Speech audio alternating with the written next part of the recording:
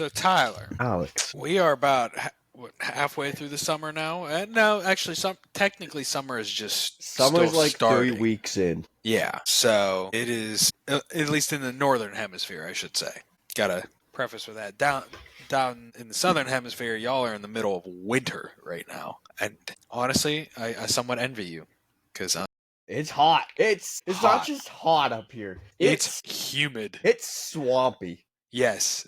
And The sweat is painful lately. I assume I have not been with you to a day at work, but I assume you have to wear long pants. Indeed, I do. I do as well.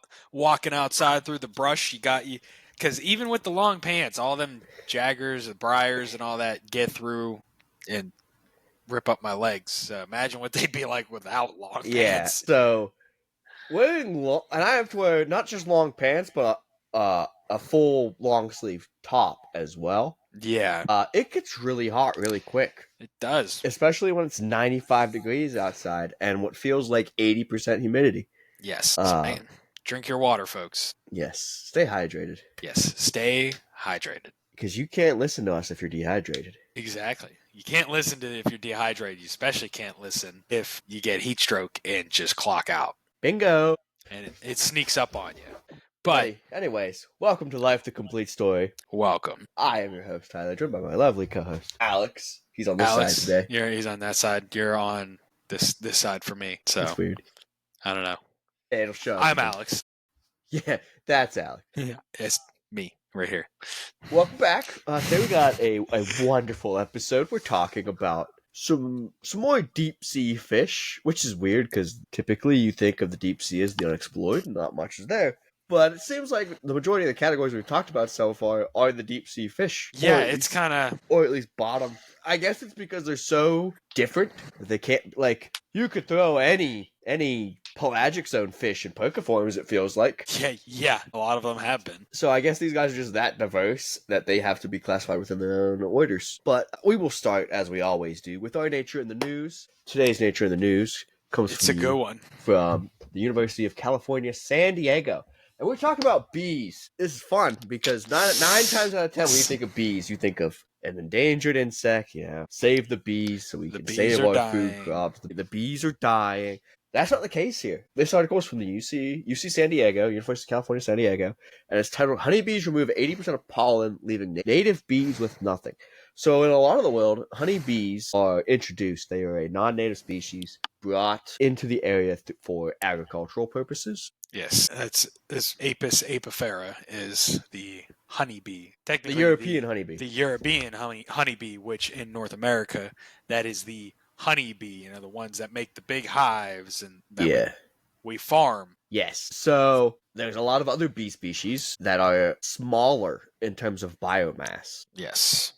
Whether that's because of they have smaller colonies or they themselves are smaller species. But solitary bees, there's a lot of bee species that just fly around on their own. That being said, bees are not exactly the easiest to keep in one spot. So a lot of the times when you bring in these honeybees for agriculture purposes, they leave the area and they will go and form a feral colony, which would be you brought the bee in to do your orchard or whatever, pollinate your crops at your farm, whatever, and the population escaped and they made their own colony where they're not supposed to be.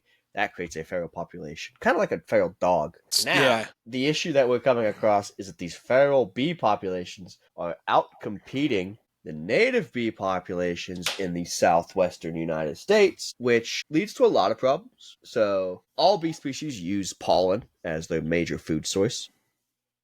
Pollen and nectar, which is the sugary liquid that flowers make to attract the bees. Yes, and now we're seeing that these honeybees are outcompeting the native bees, whether it be a solitary bee or whatever. So, and the article says that honeybees can remove from 1 hectare, which is 2.5 acres. They can remove enough. I can't read this here. They remove enough pollen from the native vegetation that could provide for thousands of native bees in the same day during that peak bloom season for native shrubs. Yeah. So they looked at native shrubs that are flowering shrubs, and these 1 hectare plots, and so the honeybees are in that.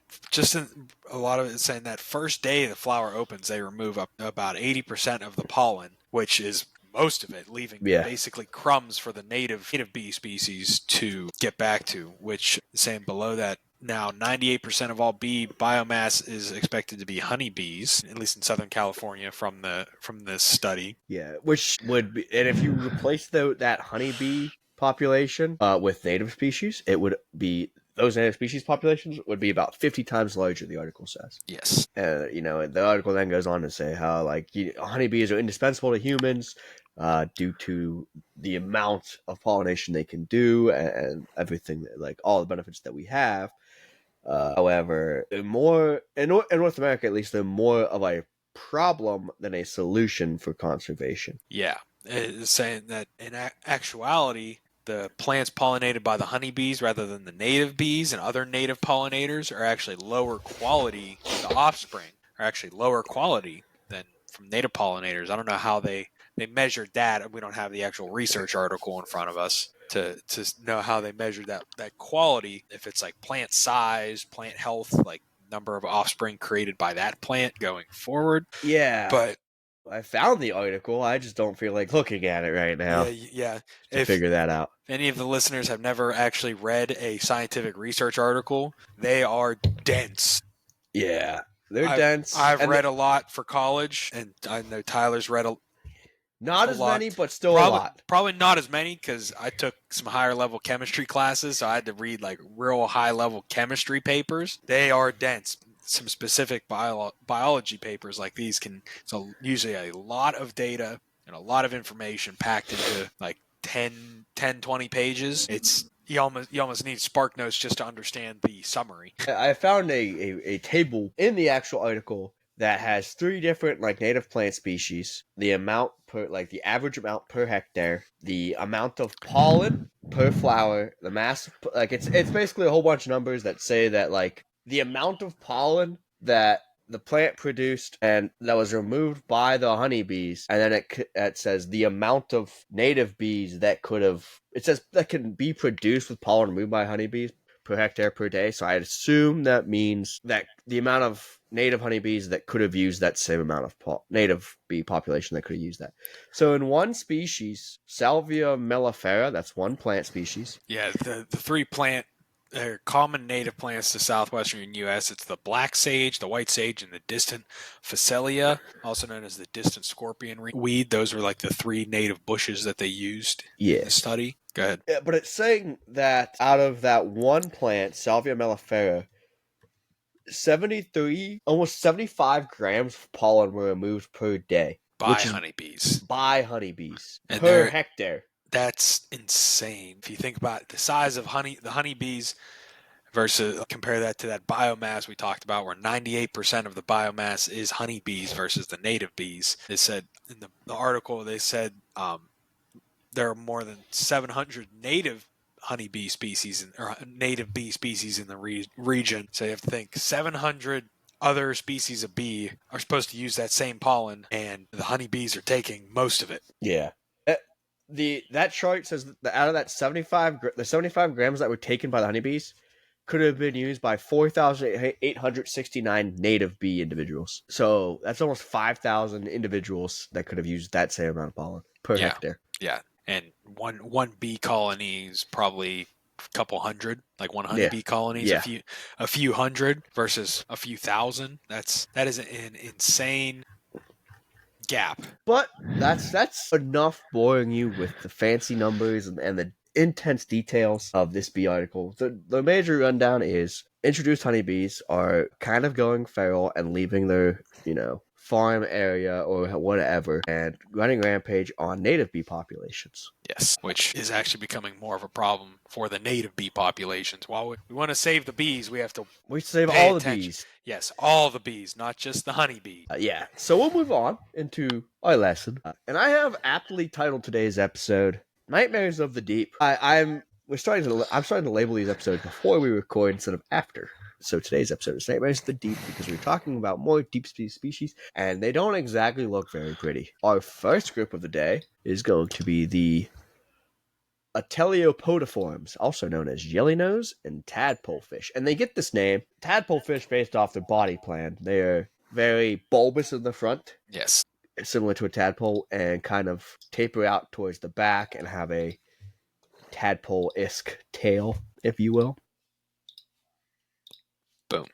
And they get their name jellynose because they have a very cartilaginous skeleton, but they're still considered true teleosts. So,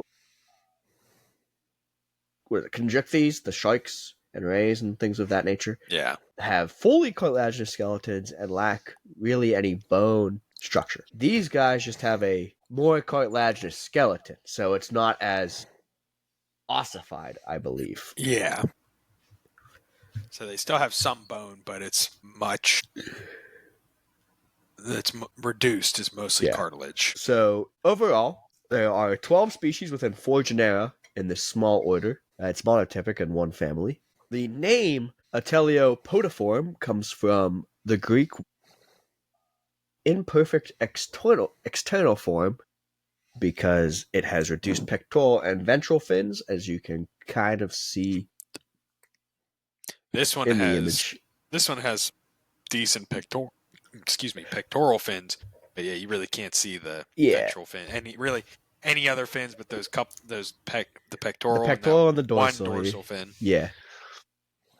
They are deep water bottom dwellers, as you can see in the image, stuck to the seafloor. They live in the Caribbean Sea as well as the Atlantic and Pacific Oceans around Central America and into the Indo-Pacific and Asia. As I said, they have cartilaginous skeletons with that large bulbous head that tapers out. They have small caudal fins. Most of that is actually like skeletal tail, not the actual tail fin itself. Yeah.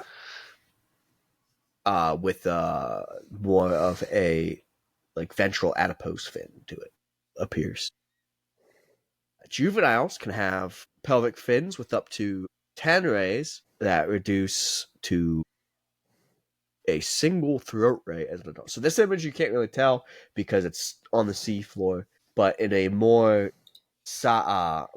sideways image, I forget the technical term, but for a profile image, you can see a pretty much like a wispy chin beard coming off of the fish. Let me see if I can find an image of that. Let me see if I can find a specific. Even if it's just a drawing, you could be. I will continue to talk. I'll find a specific species. As you can see in the image that Alex currently has pulled up, the dorsal fins are often tall, placed just behind the head with a short base. So as you can see in that image, it's a very tall dorsal fin in comparison to the rest. There we go. Perfect. You can see in this image as well.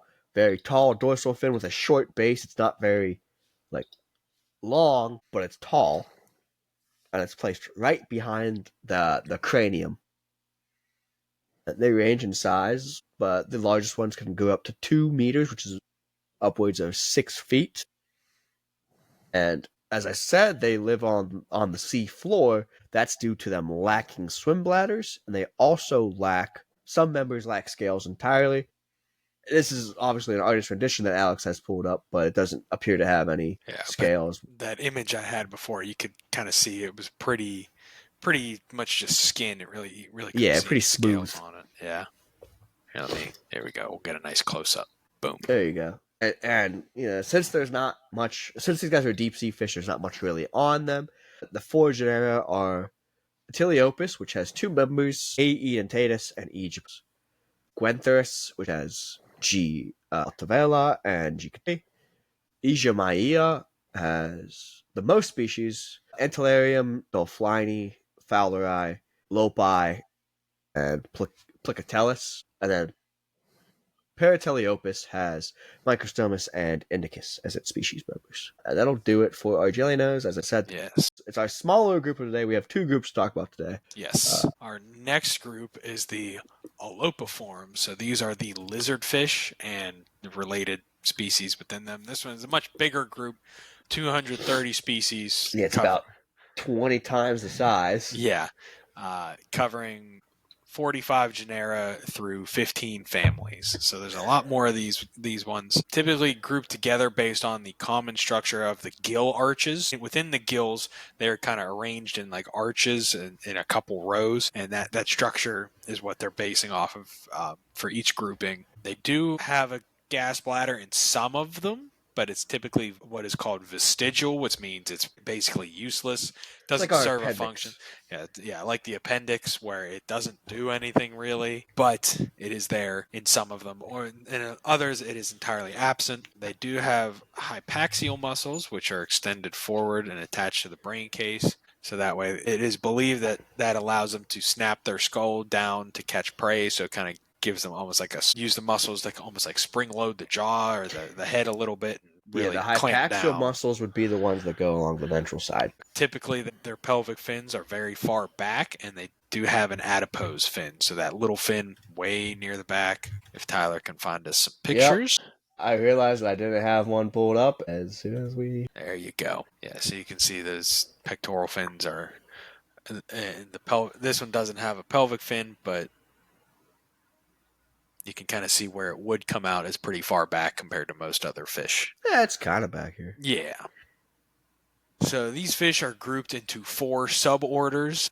The first suborder, Alepisauroideae, covers seven families. The first family is Alepisauridae, that is the lancet fishes. The second family, Anopteridae, are the daggertooth, which may actually belong in a different group. The next is the Evermanellidae, are the saber-tooth fishes. The family Omosuidae is the hammerjaw, which is sometimes included with Alepisauridae. You have the family Paralepididae, which are the barracudinas. You have the family Scopolarchidae, which are the pearl eyes. And then there's one extinct family in here that is the Polymerichthiidae, which is considered an extinct alepisauroid that is closely related to those daggertooths and lancet fishes.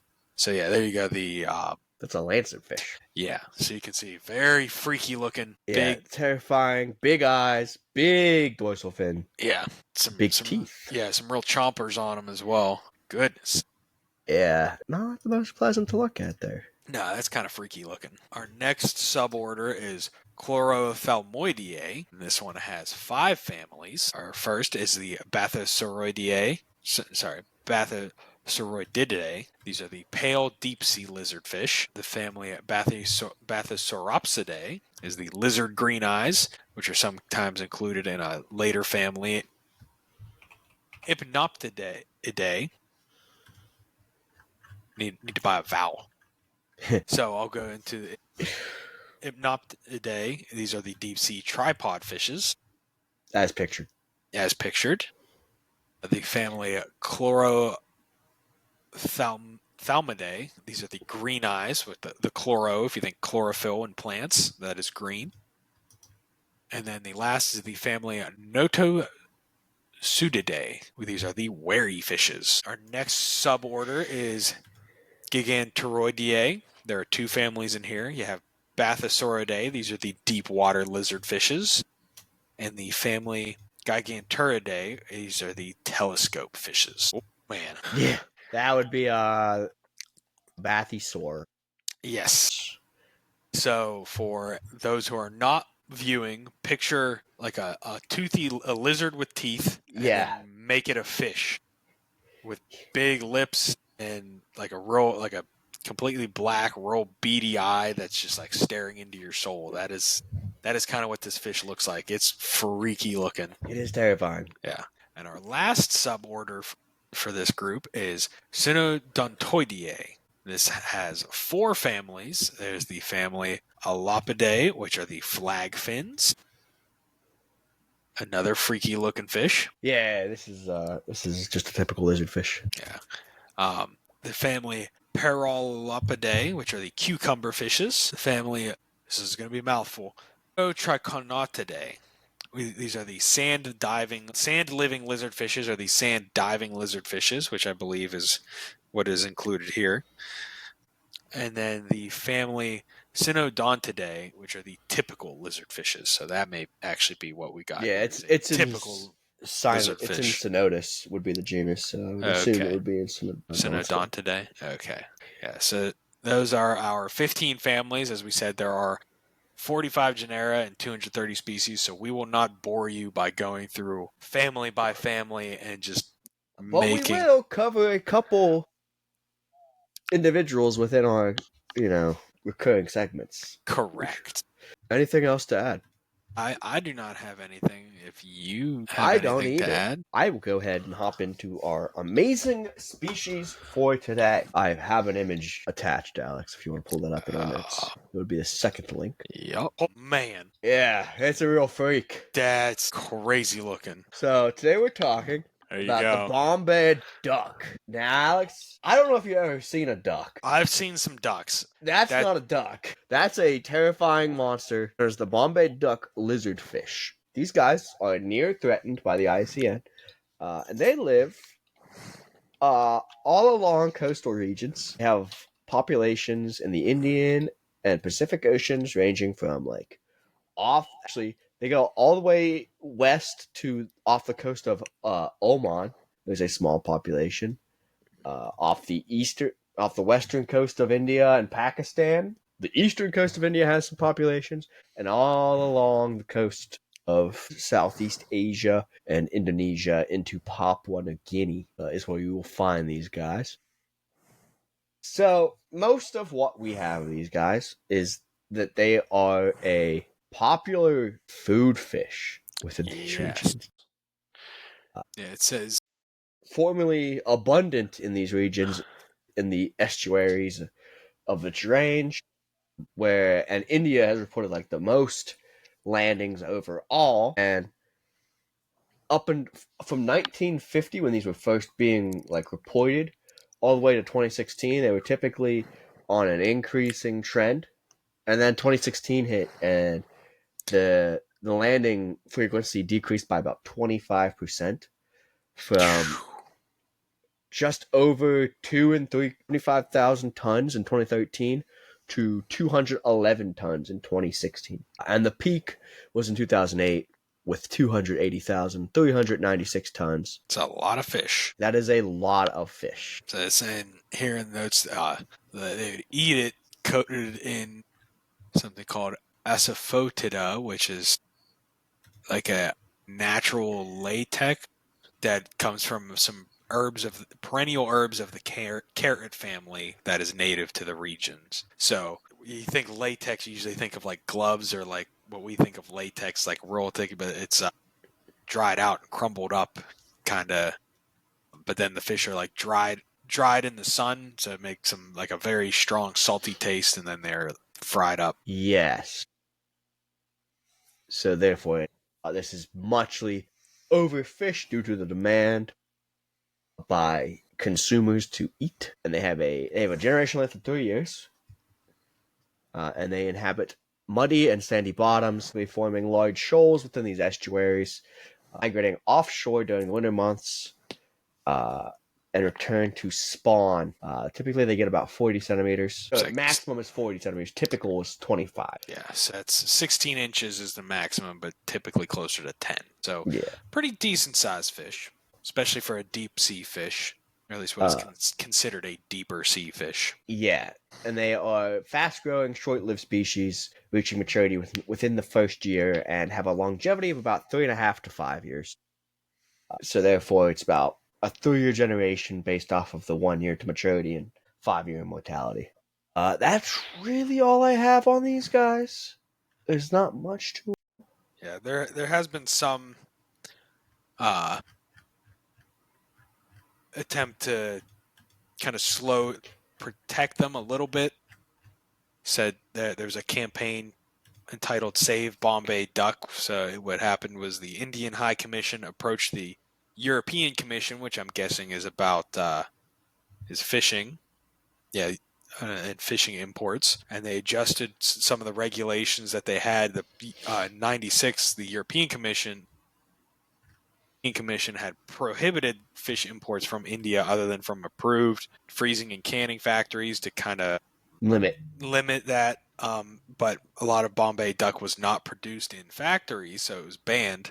Kind of since it's a commercial fish, that kind of hurt some of their exports. So they adjusted the regulation a little bit so that the fish can still be dried in the traditional open air drying and then packed, but they had to be in like an approved packing station. So there is some regulation there to kind of prevent some of the overfishing. Like it has to go through approved areas, but I'm sure there's still a lot of local consumption that is with India being a very, very populated country. I'm sure that the local consumption is still right where it was. My question is, who came up with the idea to eat this? Like, who pulled this out of the ocean and said, "Yep, I bet you taste good." I'm sure someone was like, "It's worth a try." Desperate times call for desperate measures, I guess. Yes, and I'd say that was a very desperate measure. Yeah. That's all I have, Alex. Thank you for contributing with your little deep dive on Indian Yes, sir. factory fishing. And I will throw it over to you for your most wanted for the week. And you kept it on theme, on brand today, too. As did I. So my most wanted for this week is the brush-tooth lizardfish, that is Saurida undosquamus. Now, these are also native to the Indo-Pacific, more into the like South China Sea, Oceania, near Papua New Guinea, the Philippines, northern Australia. Now, there wasn't a ton on these as far as them being invasive. Some of the notes I found were that it has been found in areas like the Mediterranean, where it is somewhat outcompeting some native fish. They typically live in like sandy or muddy bottoms near coastal waters above 100 meters, so more shallow water, but they feed on other fishes like the anchovy and the red mullet, as well as crustaceans and invertebrates. Now, they are a popular and marketed food fish, especially in areas like Japan, where they're marketed as fish cakes called kamaboko. But the reason it has been kind of considered invasive, like I said, is that it kind of competes with some of the, especially like the other native lizardfish, because they're predatory, have that sharp teeth. So not a true invasive, but they are leaning towards that invasive tendency, especially in like the Mediterranean, because they are found in those very populated like coastal waters, and being a predatory fish fortunately they don't grow very large, only about the size of your hand. So somewhere in the range of like a maximum size is about 50 centimeters, typically closer to 30 centimeters, but they have reported them living up to 7 years. So that, I think that is probably the bigger issue, is that they live a pretty long time for fish, it makes them even more apt to become invasive. Awesome. But anything else to add? That is all I have for those guys. Not a ton of notes, unfortunately. It's one of those, as we've said in the past, it's hard to find invasive species information outside of the United States. I'm sure there's some sort of internet thing that kind of doesn't really show it to us the way that we would like to see it, but I did my best to find something for you. I also feel like I feel like part of the reason that is because there's a lot more invasive species in the United States, just because of the way the country was built. I think they're better studied. Yeah, here. Yes. But we're not done for the day. We have our No, we are not. ecology encyclopedia for the week. Yes. And this one is a good one that I found, I thought of partially for the reason of the folks who have not heard, especially if anyone's outside the United States. Last week in Texas, there was a major flooding event that unfortunately, I think over 100 people lost their lives. And the flooding made me think of wetlands and how the effects of wetlands on that flooding are on flooding in general, and how wetlands are a good thing. Wetlands are important. They act as Yes. sponges Yes. to a lot of things. Not just water. Like they'll suck up the water and send it back down to the aquifers. A little bit, yeah. but they'll send it to a groundwater source. But they also work very well at sucking up pollutants.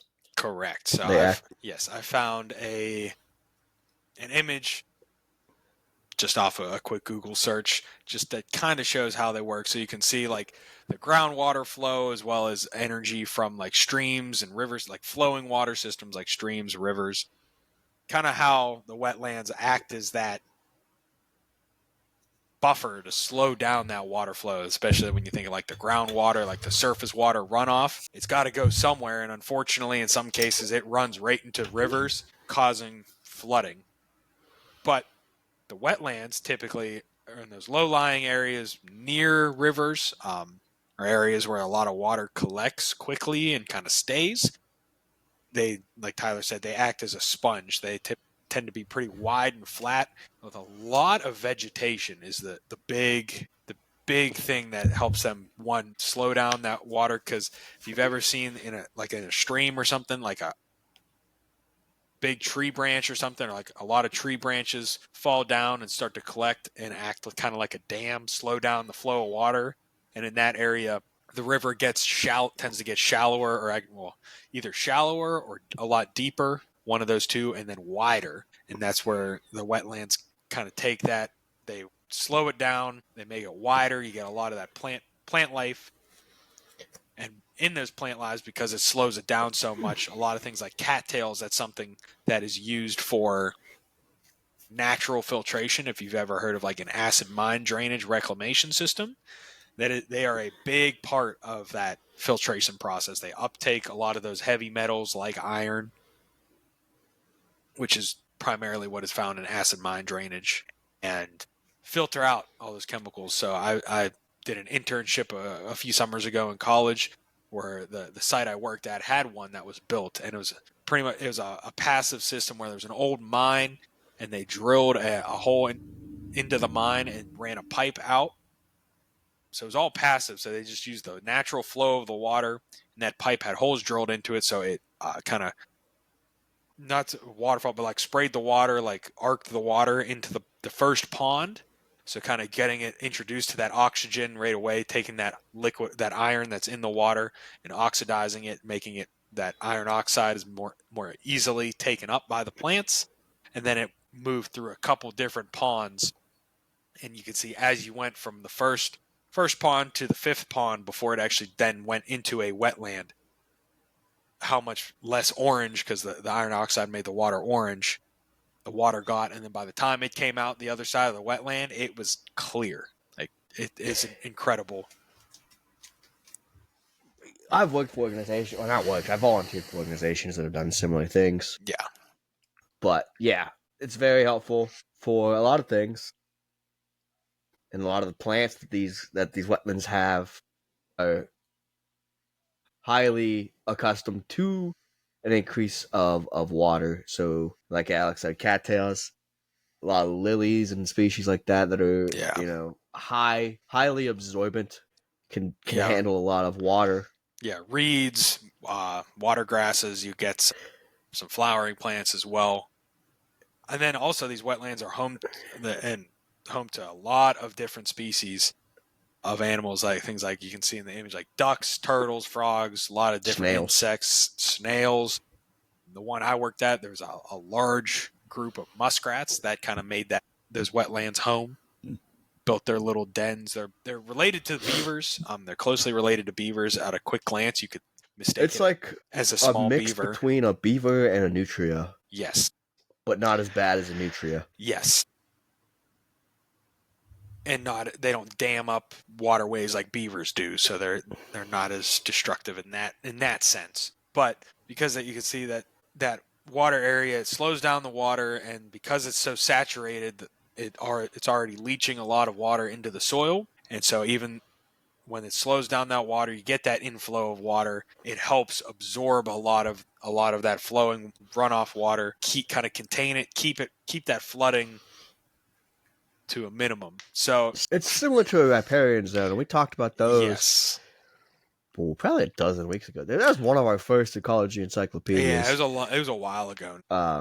End result, just different ways, because riparian zone's not always wet. Correct. Yeah, wetlands are almost always wet. And there's different types of wetland too. Yes.